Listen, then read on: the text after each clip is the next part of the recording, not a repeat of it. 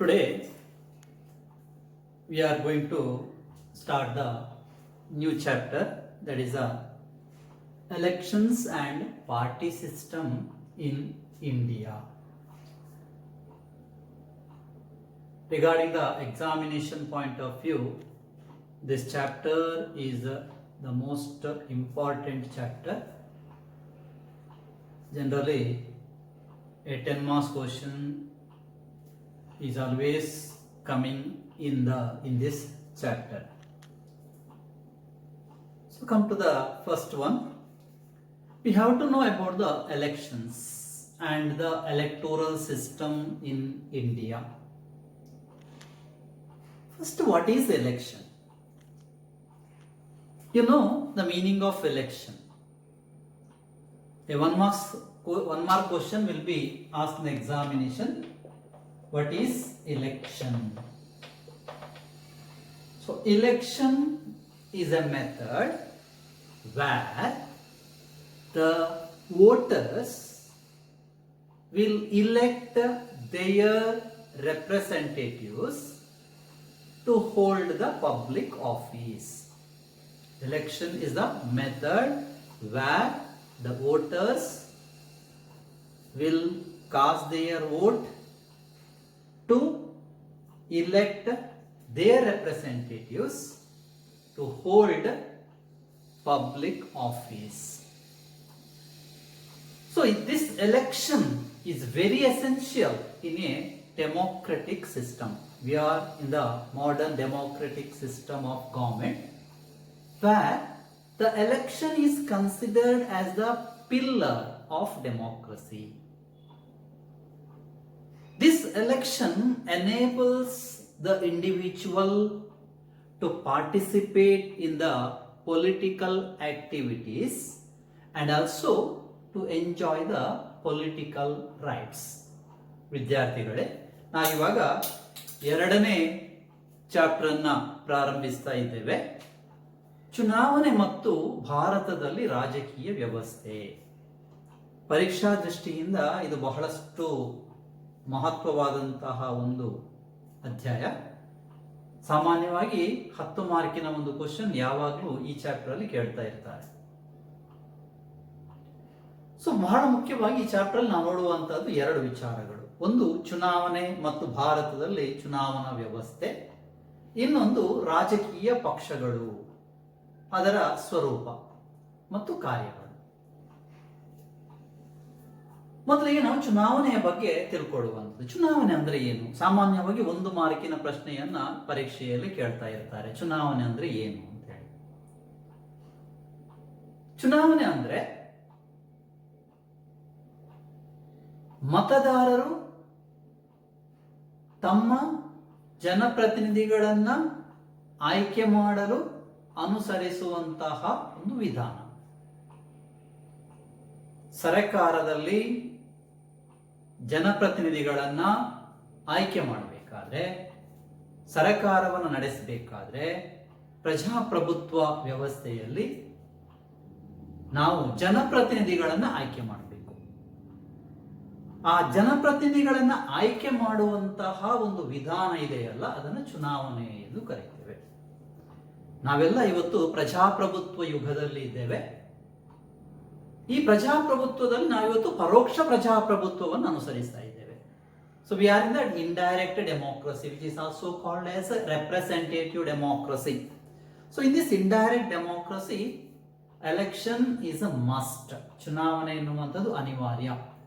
ಹಾಗಾಗಿ ಈ ಚುನಾವಣೆ ಎನ್ನುವಂಥದ್ದು ಜನರಿಗೆ ರಾಜಕೀಯ ಚಟುವಟಿಕೆಗಳಲ್ಲಿ ಪಾಲ್ಗೊಳ್ಳುವಂತಹ ಮತ್ತು ತಮ್ಮ ರಾಜಕೀಯ ಹಕ್ಕುಗಳನ್ನು ಅನುಭವಿಸುವಂತಹ ಅವಕಾಶವನ್ನು ಮಾಡಿಕೊಟ್ಟಿದೆ.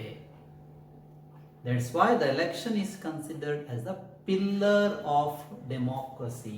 ಪ್ರಜಾಪ್ರಭುತ್ವದ ಅಡಿಗಲ್ಲು, ಸ್ತಂಭ ಅಂತ ಕರೀತೇವೆ. ಅದಕ್ಕೆ ಪಿಲ್ಲರ್ ಅಂತೇಳಿ ಸ್ತಂಭ ಅಂತ ಕರೀತೇವೆ. ಇದು ಒಂದು ಅಂಶ. 1 ಮಾರ್ಕಿನ ಪ್ರಶ್ನೆಗೆ ಇದನ್ನು ಗಮನಿಸಿ. ಮತ್ತೊಂದು ಅಂಶ ಇಲ್ಲಿ ಕೇಳುವಂಥದ್ದು, ಚುನಾವಣೆ ಮೂಲ ಪದ ಯಾವುದು? What is the root word of election? What is the root word of election? So the root word of election is The word election is derived from the Latin word eligere. ನೆನಪಿಟ್ಟುಕೊಳ್ಳಿ ಒಂದು ಮಾರ್ಕಿಗೆ, eligere, ELIGERE, eligere, which means to choose or to pick or to select, to choose or to pick or to select. ಆಯ್ಕೆ ಮಾಡು, ಆರಿಸು ಎನ್ನುವಂತ ಅರ್ಥ. ಚುನಾವಣೆ ಇದರ ಮೂಲ ಪದ Latin ಪದದ ಎಲಿಗೇರ್ ಎನ್ನುವ ಪದದಿಂದ ಬಂದಿರುವಂತದ್ದು. ಇದರ ಅರ್ಥ ಆರಿಸು ಅಥವಾ ಆಯ್ಕೆ ಮಾಡು ಅಂತ ಅರ್ಥ. That means it is selecting the representatives, it is selecting the government through the process of vote. So even from the 17th century onwards, people are selecting and rejecting the representatives in the public offices. ಸಾರ್ವಜನಿಕ ಸೇವೆಯಲ್ಲಿ ಸೇವೆ ಸಲ್ಲಿಸುತ್ತಿರುವಂತಹ ಪ್ರತಿನಿಧಿಗಳನ್ನ ಆಯ್ಕೆ ಮಾಡುವ, ಹಾಗೆಯೇ ಅವರನ್ನ ಅಧಿಕಾರದಿಂದ ತೆಗೆದುಹಾಕುವ ಎರಡೂ ಕೆಲಸವನ್ನ ಚುನಾವಣೆಯ ಮೂಲಕ ಮಾಡ್ತಾರೆ. ಯಾಕಂತ ಹೇಳಿದ್ರೆ ಪ್ರಜಾಪ್ರಭುತ್ವದಲ್ಲಿ ಒಂದು ಶಾಂತಿಯುತವಾಗಿ ಸರ್ಕಾರದ ಬದಲಾವಣೆಗೆ ಕಾರಣ ಆಗುವಂತಹ ಒಂದು ವಿಧಾನ ಇದ್ರೆ ಅದು ಚುನಾವಣೆ. Even in the ancient Roman and Greek period, the type elections were followed. The Roman emperors were selected through election. Even church popes were also selected through election. That is why the election is a must for every democratic system. In this process of election, the political parties plays a significant role. Today, as we already mentioned, indirect democracy. So in this indirect democracy, the political parties are playing a significant role.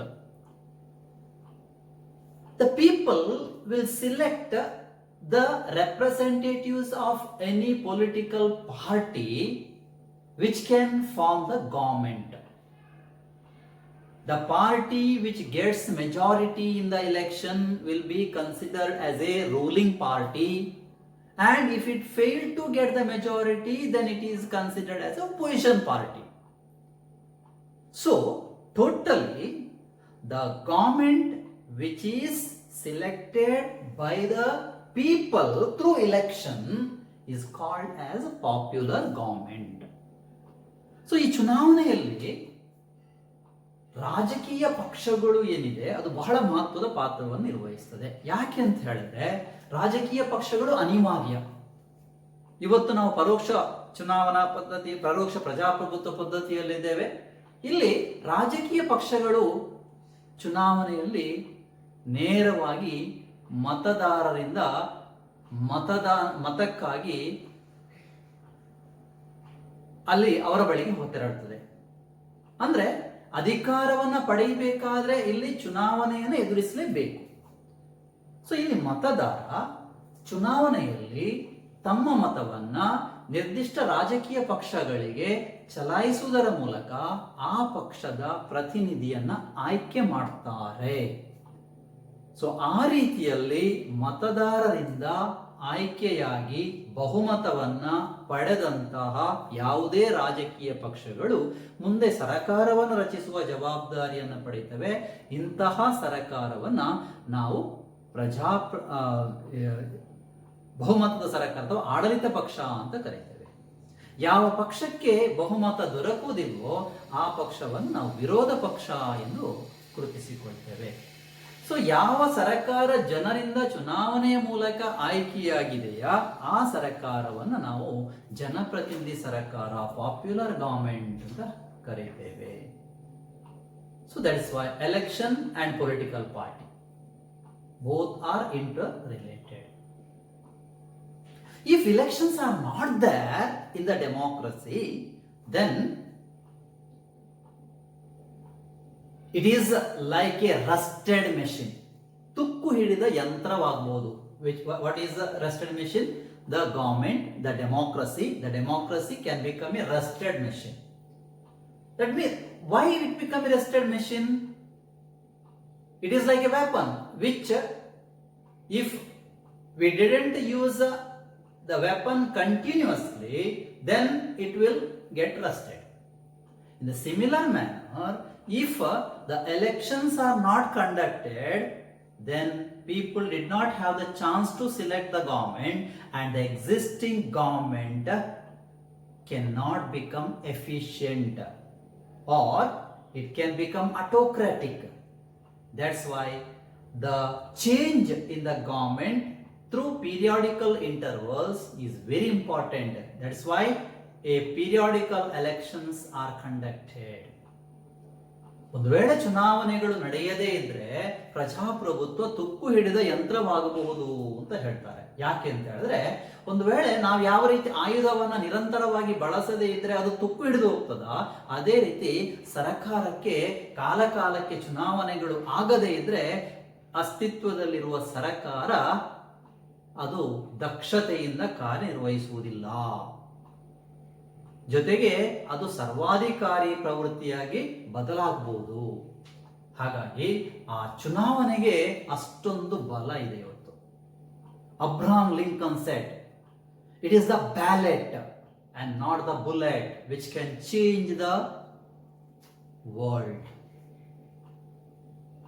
ಅಂದ್ರೆ ಬಂದೂಕಿನಿಂದ ಬದಲಾಯಿಸಲು ಸಾಧ್ಯವಾಗದ್ದನ್ನ ನಾವು ಮತಗಳಿಂದ ಬದಲಾಯಿಸಬಹುದು. ಅಂದ್ರೆ ಚುನಾವಣೆಗೆ ಅಷ್ಟೊಂದು ಮಹತ್ವ ಇದೆ. ಮತದಾನದಿಂದ ನಾವು ಸರಕಾರವನ್ನ ಬದಲಾಯಿಸ್ತೇವೆ. ಪ್ರಜೆಗಳು ತಮ್ಮ ಆಯ್ಕೆಯ ಸರಕಾರವನ್ನ ರಚನೆ ಮಾಡಲಿಕ್ಕೆ ಇಲ್ಲಿ ಅವಕಾಶ ಇದೆ. That's why election is the most important one.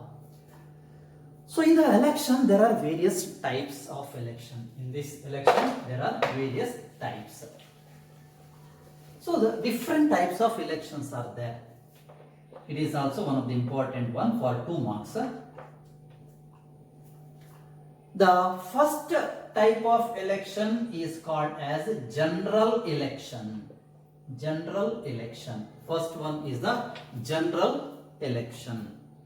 ಅಂದ್ರೆ ಸಾಮಾನ್ಯ ಚುನಾವಣೆ ಅಂತ ಕರೀತೇವೆ ಇದಕ್ಕೆ, ಅಥವಾ ಮಹಾ ಚುನಾವಣೆ ಅಂತಲೂ ಕರೀತೇವೆ ಇದಕ್ಕೆ. ಜನರಲ್ ಎಲೆಕ್ಷನ್, ಮಹಾ ಚುನಾವಣೆ. General election, please note, it is a 2 marks question in the examination. What is the general election? Give example. Such kind of questions may be asked in the examination. General election is the election which is held once for 5 years. It is the election which is held once for 5 years. And in this election, all the electorates or the voters, electorates means voters, all the electorates or the voters cast their vote through universal adult franchise throughout the country in all the constituencies. Throughout the country in all the constituencies. So general election is the election which is held for once in 5 years, where all the electorates cast their vote through universal adult franchise in all the constituencies. ದೇಶದಲ್ಲಿರುವಂತಹ ಎಲ್ಲಾ ಚುನಾವಣಾ ಕ್ಷೇತ್ರಗಳಲ್ಲಿ ಏಕಕಾಲಕ್ಕೆ 5 ವರ್ಷಕ್ಕೊಮ್ಮೆ ನಡೆಯುವಂತಹ ಚುನಾವಣೆಯನ್ನ ನಾವು ಮಹಾ ಚುನಾವಣೆ ಅಂತ ಕರೀತೇವೆ. ಇಲ್ಲಿ ಪ್ರತಿಯೊಬ್ಬ ಮತದಾರ ಸಾರ್ವತ್ರಿಕ ವಯಸ್ಕ ಮತದಾನ ಪದ್ಧತಿಯ ಮೂಲಕ ತನ್ನ ಮತವನ್ನು ಚಲಾಯಿಸ್ತಾನೆ. ಗಮನಿಸಿ, ಇಲ್ಲಿ ಎಲೆಕ್ಟೋರೇಟ್ ಅಥವಾ ವೋಟರ್ ಒಂದೇ ಪದ, ಅದು ನಿಮ್ಗೆ ಗೊತ್ತಿದೆ. What is the meaning of electorate or voter? Voter is a person who has the eligibility to cast his vote. ಅಂದ್ರೆ ಯಾರಿಗೆ ಮತದಾನದಲ್ಲಿ ಮತ ಚಲಾಯಿಸುವ ಅವಕಾಶ ಅರ್ಹತೆ ಬರ್ತದೆಯಾ ಅಂತವನನ್ನು ವೋಟರ್ ಅಂತ ಕರೀತೇವೆ. ನಿಮ್ಗೆಲ್ಲ ಗೊತ್ತಿರುವಂತೆ after 18 years all the Indians are eligible to cast their vote. When there name is registered in the voter list. ಅದು ಬಹಳ ಮುಖ್ಯ. ವೋಟರ್ ಲಿಸ್ಟ್ ಅಲ್ಲಿ ತಮ್ಮ ಹೆಸರನ್ನ ನೋಂದಾಯಿಸಿಕೊಳ್ಬೇಕು 18 ವರ್ಷ ಆದ ನಂತರ. ಸೊ ಅವರನ್ನು ನಾವು ಅರ್ಹ ಮತದಾರ ಅಂತ ಕರೀತೇವೆ.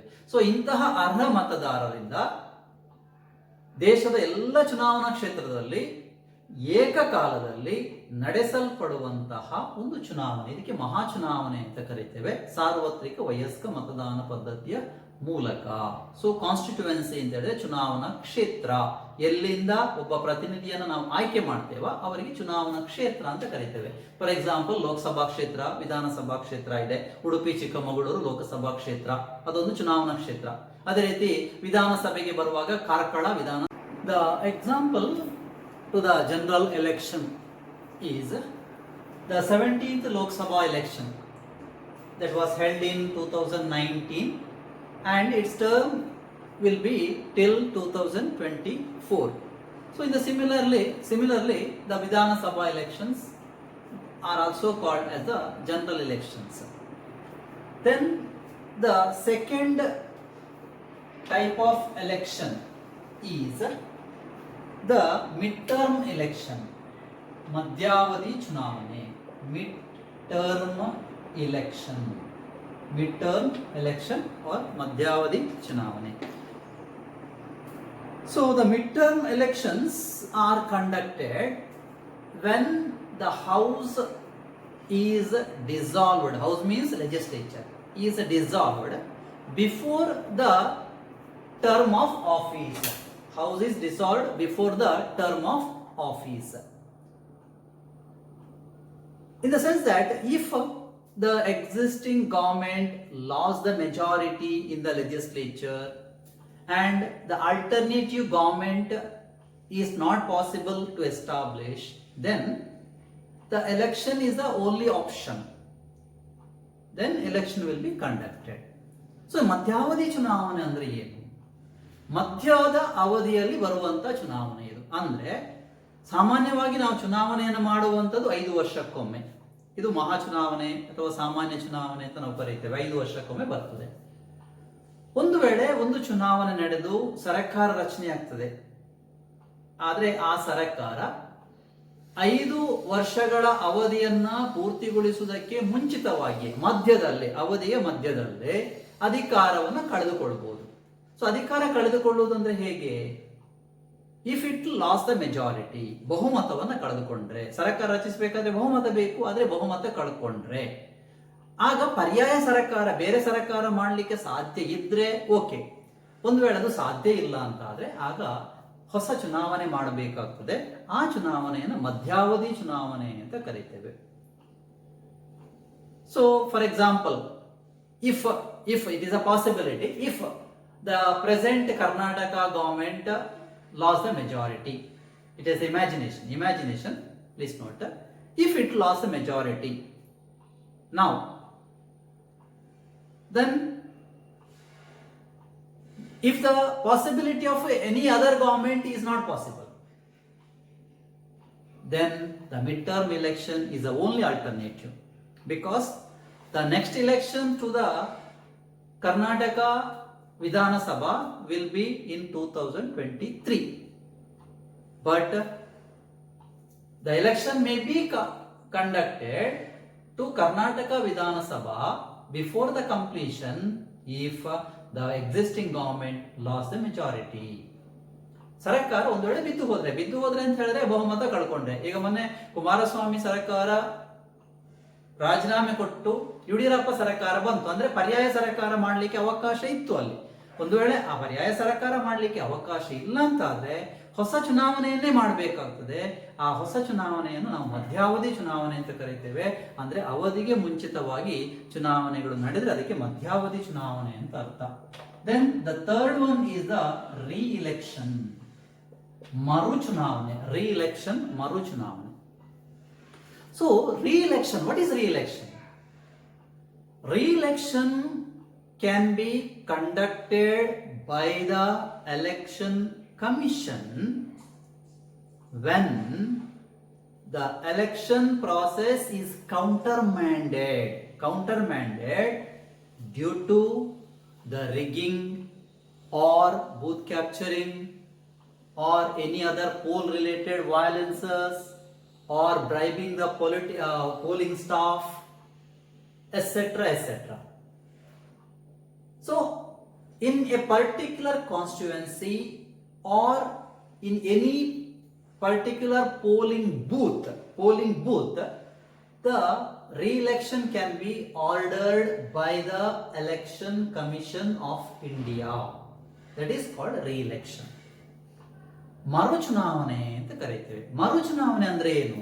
ಮರುಚುನಾವಣೆ ಅಂತ ಹೇಳಿದ್ರೆ, ಚುನಾವಣೆಗಳು ನಡೆದಾಗ, ಒಂದು ಚುನಾವಣೆ ನಡೀತಾ ಇದೆ, ಆ ಚುನಾವಣೆ ನಡೆದಾಗ ಯಾವುದೇ ಒಂದು ಚುನಾವಣಾ ಕ್ಷೇತ್ರದಲ್ಲಿ ಅಥವಾ ಮತಗಟ್ಟೆಯಲ್ಲಿ ಚುನಾವಣಾ ಅಕ್ರಮಗಳು ನಡೆಯಬಹುದು. ಅಕ್ರಮಗಳು ಹೇಗೆ? ಅಲ್ಲಿ ಮತಗಟ್ಟೆಯ ಮೇಲೆ ದಾಳಿ ಮಾಡುವಂಥದ್ದು, ಮತಯಂತ್ರಗಳನ್ನು ನಾಶ ಮಾಡುವಂಥದ್ದು, ಅಥವಾ ಅಲ್ಲಿ ಹಿಂಸಾತ್ಮಕ ಕೃತ್ಯಗಳಿಗೆ ಅವಕಾಶ ಮಾಡಿಕೊಡುವಂಥದ್ದು, ಅಥವಾ ಮತದಾರರಿಗೆ ಹಣ ಕೊಟ್ಟು ಅವರನ್ನ ತಮ್ಮ ಪರವಾಗಿ ಮತ ಹಾಕುವಂತೆ ಒತ್ತಾಯ ಮಾಡುವಂಥದ್ದು, ಅಥವಾ ಮತಗಟ್ಟೆ ಅಧಿಕಾರಿಗಳನ್ನೇ ಅಲ್ಲಿ ಲಂಚ ಕೊಟ್ಟು ತಮ್ಮ ಪರವಾಗಿ ವರ್ತಿಸುವಂತೆ ಮಾಡುವಂಥದ್ದು, ಇಂತೆಲ್ಲ ಆಕ್ಟಿವಿಟೀಸ್ ಅನ್ನ ಇರ್ರೆಗ್ಯುಲಾರಿಟೀಸ್ ಅಂತ ಕರೀತೇವೆ. ಇಲೆಕ್ಷನ್ ರಿಲೇಟೆಡ್ ಇರ್ರೆಗ್ಯುಲಾರಿಟೀಸ್ ಅಂತ ಹೇಳಿ. ಸೊ ಒಂದು ವೇಳೆ ಇಂತಹ ಮತದಾನಕ್ಕೆ ಸಂಬಂಧಪಟ್ಟಂತಹ ಚುನಾವಣಾ ಅಕ್ರಮಗಳು ನಡೆದಾಗ ಆ ಕ್ಷೇತ್ರದಲ್ಲಿ ಅಥವಾ ಯಾವುದೇ ಒಂದು ನಿರ್ದಿಷ್ಟ ಮತಗಟ್ಟೆಯಲ್ಲಿ ಮರು ಚುನಾವಣೆ ನಡೆಸಬೇಕಾಗ್ತದೆ. ಆಗ ವರದಿಯಂತೆ ಚುನಾವಣಾ ಆಯೋಗ ಅದರ ಕೈಗೆ ಸಿಕ್ಕಿದ ವರದಿಯಂತೆ ಆ ನಿರ್ದಿಷ್ಟ ಚುನಾವಣಾ ಕ್ಷೇತ್ರದಲ್ಲಿ ಅಥವಾ ಮತಗಟ್ಟೆಯಲ್ಲಿ ಮರು ಚುನಾವಣೆಯನ್ನು ಮಾಡಲಿಕ್ಕೆ ಆದೇಶವನ್ನು ನೀಡುತ್ತದೆ. ಅದು ಮುಂದೆ ನಡೀತದೆ. ಅದಕ್ಕೆ ಪ್ರತ್ಯೇಕ ದಿನಾಂಕ ನಿಗದಿ ಆಗ್ತದೆ. ಆ ದಿನಾಂಕದಂದು ಅದೇ ಕ್ಷೇತ್ರದಲ್ಲಿ ಮತ್ತೊಮ್ಮೆ ಎಲ್ಲ ರೀತಿಯ ಸುರಕ್ಷತಾ ಕ್ರಮಗಳನ್ನು ತೆಗೆದುಕೊಂಡು ಆಯೋಗ ಮರು ಚುನಾವಣೆಯನ್ನು ನಡೆಸ್ತದೆ. ಇದಕ್ಕೆ ಮರು ಚುನಾವಣೆ ಅಂತ ಕರೀತೇವೆ. ಸೊ ಒಂದು ವೇಳೆ ಚುನಾವಣಾ ಅಕ್ರಮಗಳು ನಡೆದಾಗ ಅಲ್ಲಿ ಚುನಾವಣೆಯನ್ನ ಮತ್ತೊಮ್ಮೆ ನಡೆಸಬೇಕಾಗಿ ಬರಬಹುದು. ಅದಕ್ಕೆ ಮರು ಚುನಾವಣೆ ಎಂದು ಕರೆಯುತ್ತೇವೆ. Then the fourth one is the most again important one, that is a by election. By election ಅಂತ ಹೇಳಿದ್ರೆ ಉಪಚುನಾವಣೆ ಅಂತ ಕನ್ನಡದಲ್ಲಿ ಕರೀತಾರೆ. ಇದು ಕೂಡ ತುಂಬಾ ಸಲ 2 ಮಾರ್ಕಿನ ಕ್ವಶನ್ ಆಗಿ ಕೇಳ್ತಾರೆ. What is by election? Give example ಅಂತ ಹೇಳಿ. ಸೊ ಬೈ ಎಲೆಕ್ಷನ್ ಅಥವಾ ಉಪಚುನಾವಣೆ ಅಂತ ಹೇಳಿದ್ರೆ, by election is a election held to fill the vacancy. Is the election held to fill the vacancy created due to death, resignation or disqualification of the members of the house. So it is the election held to fill the vacancy created due to death or resignation or disqualification of the members of the house.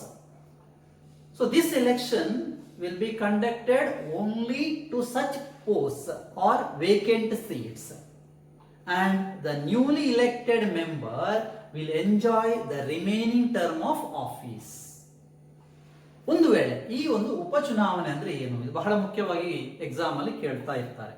ಉಪಚುನಾವಣೆ ಅಂತ ಹೇಳಿದ್ರೆ, ಒಂದು ವೇಳೆ ಚುನಾವಣೆಯಲ್ಲಿ ಆಯ್ಕೆಗೊಂಡಂತಹ ಒಬ್ಬ ಸದಸ್ಯ, ಲೋಕಸಭಾ ಸದಸ್ಯ ಇರಬಹುದು, ವಿಧಾನಸಭಾ ಸದಸ್ಯ ಇರಬಹುದು, ಅಥವಾ ಯಾವುದೇ ಶಾಸನಸಭೆ ಸದಸ್ಯ ಇರಬಹುದು, ಆಯ್ಕೆಗೊಂಡ ನಂತರ ನಿಧನ ಹೊಂದಿದ್ರೆ, ಮರಣ ಹೊಂದಿದ್ರೆ, ಅಥವಾ ಆ ಸ್ಥಾನಕ್ಕೆ ರಾಜೀನಾಮೆಯನ್ನ ಕೊಟ್ರೆ, ಅಥವಾ ಅವನ ಸದಸ್ಯತ್ವ ವಜಾಗೊಳಿಸಲ್ಪಟ್ರೆ, ಆ ನಿರ್ದಿಷ್ಟ ಸ್ಥಾನಕ್ಕೆ ಮಾತ್ರ ನಡೆಸಲ್ಪಡುವಂತಹ ಚುನಾವಣೆಯನ್ನು ಇಲ್ಲಿ ಏನಂತ ಕರೀತಾರೆ? ಉಪಚುನಾವಣೆ ಅಂತ ಕರೀತಾರೆ. ಸೊ ಈ ರೀತಿಯಲ್ಲಿ ನಡೆಸಲ್ಪಟ್ಟಂತಹ ಚುನಾವಣೆಯಲ್ಲಿ ಆಯ್ಕೆಗೊಂಡಂತಹ ಸದಸ್ಯರು ಮುಂದೆ ಎಷ್ಟು ಅವಧಿ ಉಳಿದಿದೆಯಾ ಆ ಉಳಿದ ಅವಧಿಗೆ ಮಾತ್ರ ಸದಸ್ಯರಾಗಲು ಅರ್ಹರಾಗಿರ್ತಾರೆ. ಯಾಕೆ? ಅಲ್ಲಿ ಅವರು ಖಾಲಿಯಾದಂತಹ ತೆರವಾದಂತಹ ಸ್ಥಾನಕ್ಕೆ ನಡೆಸಿದಂತಹ ಚುನಾವಣೆ ಅದು. ಹಾಗಾಗಿ ಒಂದು ವೇಳೆ ಒಬ್ಬ ಸದಸ್ಯ ಆಯ್ಕೆಗೊಂಡು 2 ವರ್ಷದ ನಂತರ ಅವನು ನಿಧನ ಹೊಂದಿದ್ರೆ ಅಥವಾ ರಾಜೀನಾಮೆ ಕೊಟ್ರೆ ಉಳಿದ 3 ಅವಧಿಗೆ ಹೊಸದಾಗಿ ಆಯ್ಕೆಗೊಂಡಂತ ಸದಸ್ಯ ಅಧಿಕಾರವನ್ನು ಹೊಂದಿರ್ತಾನೆ. So for example, the best example you have in Karnataka Vidhanasabha recently during the Kumaraswamy government 13 Congress and Janata Dal MLAs resigned. Why? In order to join BJP. So they resigned in order to join BJP. So 13 MLAs resigned. Why they have to resign? That is a question. If they did not resign, then the anti-defection law, so the law which we are going to discuss in this chapter itself, anti-defection law may apply to them and they can lose the membership. That's why they resigned and they got re-elected by the banner of BJP, on the banner of BJP. So they re-elected. 2 members lost the election, but 10 members re-elected. ಇದು recent ಆಗಿ ಕರ್ನಾಟಕ ನಡೆದಂತ ವಿದ್ಯಮಾನ, ಉಪಚುನಾವಣೆಗೆ ಒಂದು ಸ್ಪಷ್ಟ ಉದಾಹರಣೆ. ಇದು ಸುಮಾರು 13 ಮಂದಿ ಕಾಂಗ್ರೆಸ್ ಮತ್ತು ಜನತಾ ದಳದ ಸದಸ್ಯರು ಕುಮಾರಸ್ವಾಮಿಗೆ ಕೊಡ್ತಾ ಇದ್ದಂತ ಬೆಂಬಲವನ್ನು ತೆಗೆದುಕೊಳ್ತಾರೆ, ಅವರು ರಾಜೀನಾಮೆ ಕೊಡ್ತಾರೆ. ಯಾಕಾಗಿ ಬಿಜೆಪಿಯೊಂದಿಗೆ ಸೇರುವಂತ ಉದ್ದೇಶದಿಂದ. ಸೊ ರಾಜೀನಾಮೆ ಯಾಕೆ ಕೊಡಬೇಕಾಯ್ತು ಅಂತ ಕೇಳಿದ್ರೆ, ರಾಜೀನಾಮೆ ಕೊಡದೆ ಅವರು ಬಿಜೆಪಿ ಬೆಂಬಲ ಕೊಡ್ಲಿಕ್ಕೆ ಆಗ್ತಾ ಇರಲಿಲ್ವಾ? ಇಲ್ಲ, ಸಾಧ್ಯ ಇಲ್ಲ. ಯಾಕೆಂತ ಹೇಳಿದ್ರೆ ಇದೇ ಚಾಪ್ಟರ್ ಅಲ್ಲಿ ಬರ್ತದೆ ಪಕ್ಷಾಂತರ ನಿಷೇಧ ಕಾಯ್ದೆ ಅಂತ ಇದೆ. ಆ ಪಕ್ಷಾಂತರ ನಿಷೇಧ ಕಾಯ್ದೆ ಅನ್ವಯ ಅವರು ಸದಸ್ಯತ್ವವನ್ನು ಕಳ್ಕೊಳ್ಬೇಕಾಗ್ತಾ ಇತ್ತು. ಮುಂದೆ ಅವರಿಗೆ ಚುನಾವಣೆಯಲ್ಲಿ ನಿಲ್ಲಲಿಕ್ಕೆ ಅವಕಾಶವೂ ಕೂಡ ಇರ್ತಾ ಇರಲಿಲ್ಲ. ಅದಕ್ಕಾಗಿ ಅವರು ಏನ್ ಮಾಡ್ತಾರೆ, ಕಾಂಗ್ರೆಸ್ ಪಕ್ಷ ಮತ್ತು ಜನತಾ ದಳಕ್ಕೆ ರಾಜೀನಾಮೆ ಕೊಡ್ತಾರೆ, ವಿಧಾನಸಭಾ ಸದಸ್ಯತ್ವಕ್ಕೆ ರಾಜೀನಾಮೆ ಕೊಡ್ತಾರೆ. ಮುಂದೆ ಮತ್ತೆ ಬಿಜೆಪಿಯ ಚಿಹ್ನೆಯ ಅಡಿಯಲ್ಲಿ ಅವರು ಉಪಚುನಾವಣೆಯನ್ನ ಎದುರಿಸ್ತಾರೆ. ಹಾಗಾಗಿ ಅಲ್ಲಿ ಉಪಚುನಾವಣೆ ನಡೆಸಲ್ಪಡ್ತದೆ. ಸೊ ಸುಮಾರು 10-12 ಸ್ಥಾನಗಳಿಗೆ ಉಪಚುನಾವಣೆ ನಡೆಯಿತು. ಅಲ್ಲಿ ನೂತನವಾಗಿ ಸದಸ್ಯರು ಆಯ್ಕೆ ಆಗ್ತಾರೆ. ಮತ್ತೆ ಅವರೇ ಚುನಾವಣೆ ಸ್ಪರ್ಧೆ ಮಾಡಿದ್ರು, ಆದ್ರೆ ಅವರು ಬಿಜೆಪಿ ಸದಸ್ಯರಾಗಿ ಆಯ್ಕೆ ಆಗ್ತಾರೆ. ಪಕ್ಷಾಂತರ ನಿಷೇಧ ಕಾಯ್ದೆಯ ಒಂದು ಕಡಿವಾಣ ಏನುಂಟು ಅದರಿಂದ ಅವರು ತಪ್ಪಿಸಿಕೊಳ್ತಾರೆ. So this is called by election. So ಅದೇ ರೀತಿ ಯಾರಾದ್ರೂ ನಿಧನ ಹೊಂದಿದ್ರು ಕೂಡ ಉಪಚುನಾವಣೆ ಮಾಡಲೇಬೇಕಾಗ್ತದೆ. ಆಗ ಹೊಸದಾಗಿ ಯಾರು ಆಯ್ಕೆ ಆಗ್ತಾರ ಅವರು ಮುಂದಿನ ಅವಧಿಗೆ ಸದಸ್ಯರಾಗಿ ಮುಂದುವರಿತಾರೆ. So these 4 types of elections which you have to remember regarding the examination point of view. 4 ರೀತಿಯ ಚುನಾವಣಾ ವಿಧಾನಗಳನ್ನ ನಾವು ಹೊಂದಿದ್ದೇವೆ. So this is about the meaning of election and the types of election.